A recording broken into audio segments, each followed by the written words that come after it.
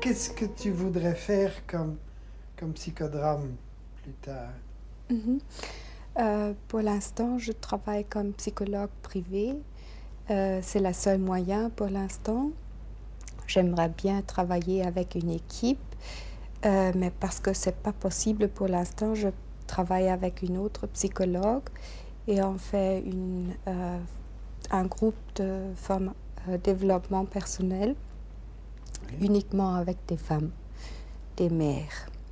Parce qu'on a trouvé, il y a un besoin pour des mères de s'exprimer un peu plus que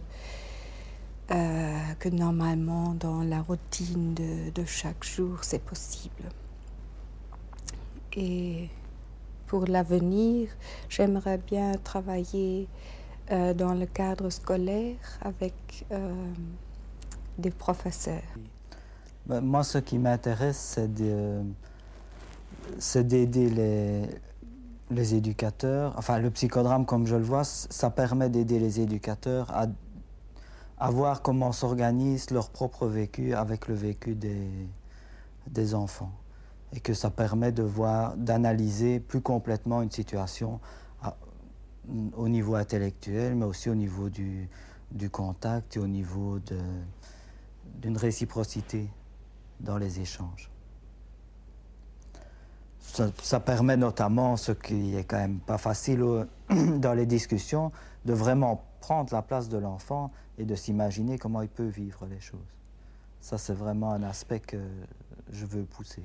Bon, je suis responsable de mettre en place, de créer des programmes de prévention du sida, entre autres. Oui. Et dans le monde de la prévention, très souvent, les gens pensent qu'il suffit de dire des choses rationnelles pour que ça marche. De dire, bon, ne faites pas ceci, ne fumez pas ou mettez des préservatifs. Et que du coup, la prévention, une fois qu'on a fait cette étape, qu'on a transmis un message, que du coup, les gens vont le faire. Mais c'est pas vrai, c'est pas du tout comme ça que ça se passe. Ça se passe à un niveau beaucoup plus profond pour les gens. Donc, si on veut, par exemple, mettre en place des programmes où les professeurs peuvent faire un certain travail avec des élèves, c'est important que les professeurs arrivent à sentir ce qui fait que la prévention marche ou ne marche pas, ce qui fait écho ou à quel endroit ça peut caler. Oui. Oui. Et j'ai effectivement la possibilité de mettre en place ou d'organiser ou de faire organiser des groupes de formation, d'information, etc. Depuis 1991, nous répondons aux demandes de formation au psychodrame en proposant 3 orientations qui suivent le même schéma.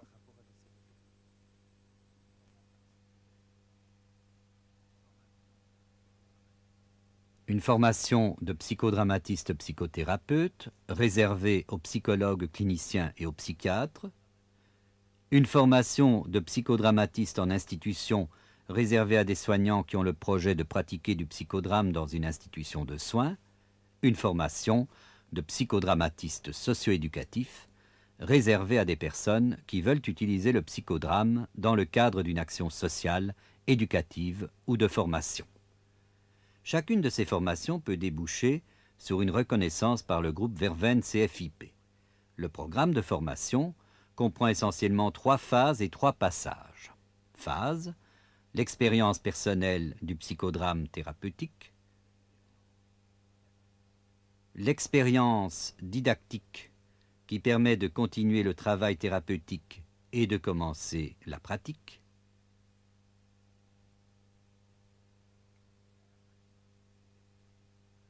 la pratique supervisée avec des stages, des supervisions, des séminaires théoriques et cliniques.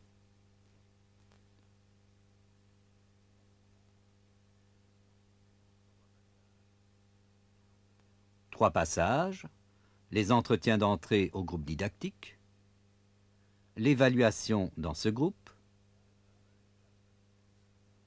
le travail de reconnaissance où le candidat rend compte par écrit de son travail pratique de psychodrame. Dans le groupe thérapeutique, le candidat doit pouvoir faire l'expérience du psychodrame comme patient. Il y sera protagoniste avec ses problèmes personnels, aidé par les thérapeutes et le groupe. Il y sera antagoniste, tentant de se mettre au service d'un autre. Il y sera membre du groupe, partie prenante de sa dynamique. Il nous paraît important en effet que chacun explore sa créativité, ses inhibitions, ses potentialités, ses limites, sa spontanéité et ses symptômes. Vous verrez ici, dans un groupe thérapeutique de simulation enregistré en 1987, Martine, confrontée à la dépression d'une autre participante, celle-ci la renvoyant à sa peur de manquer de dynamisme, d'élan vital. Vous la retrouverez plus loin dans ce vidéogramme, lorsqu'elle participe, quelques années plus tard, au groupe didactique de simulation. Elle parle si elle peut. Vous souhaiteriez qu'elle parle? Oui. Vous pouvez le lui dire. Justement, je l'ai un peu difficile avec toi parce que, aussi avec elle, des femmes qui me disent qu'elles sont en ordre, que tout va bien, ça me frappe fort parce que moi, ça ne va pas du tout. J'ai pas le courage, surtout pas pour faire des choses pour moi-même, pour aller en vacances. J'ai un mari avec qui tout va bien et avec moi, ça ne va pas du tout. Mais seulement, je crois que je n'ai pas le courage de faire quelque chose pour moi-même.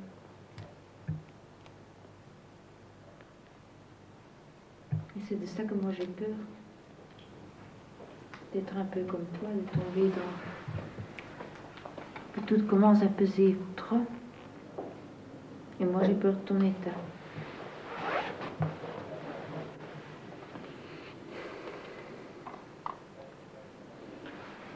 Je propose qu'on joue ça. Vous voulez vous lever?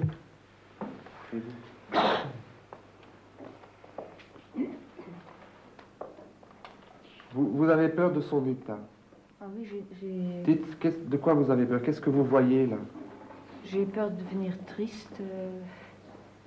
Oui. Alors, ça me noue la gorge, ça me... Oui. Alors c'est là que j'ai l'impression d'être très près d'elle. J'ai l'impression que tout ce que moi je sens ici, ce qui me fait peur, elle est déjà là. Cette femme, c'est celle que vous pourriez devenir. C'est comme ça que vous l'apercevez. Oui, je n'aimerais pas devenir. Ouais. Quand elle parle, c'est tellement triste, c'est tellement... Changez de rôle avec ce personnage. Et vous prenez ce rôle.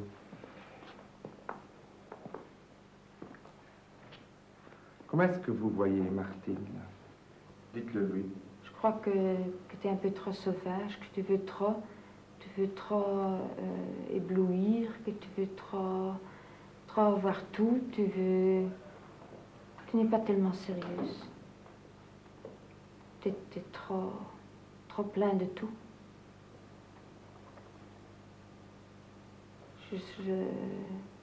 Tu me fais peur parce que tu vas trop vite, Tu me fais peur. Tu me fais vraiment très très peur.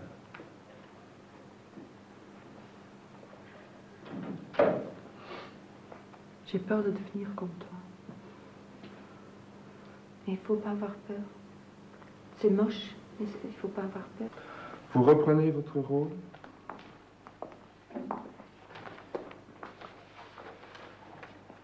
Oui, donc vous êtes à la fois proche de cette femme, de ce personnage, et en même temps vous en avez peur. Comment est-ce que vous terminez ce jeu maintenant? Pour le moment, comment voulez-vous terminer? Je voudrais ce face à face. Je voudrais la prendre avec moi et marcher ensemble. Faites-le. Je voudrais... Faites-le sans parler. Je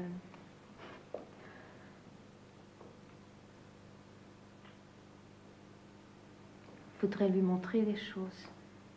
montrer des choses qu'il y a dans le monde, dans la vie, des choses qui sont vivantes, et puis écouter ce qu'elle en dit, ce qu'elle en ressent, ce qu'elle en trouve.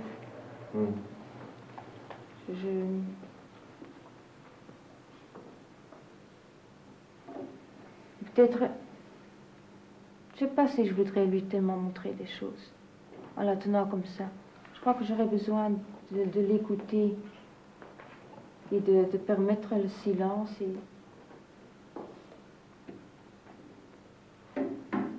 Je sais pas, mais je voudrais la prendre avec moi. Bien, on en reste là pour le moment.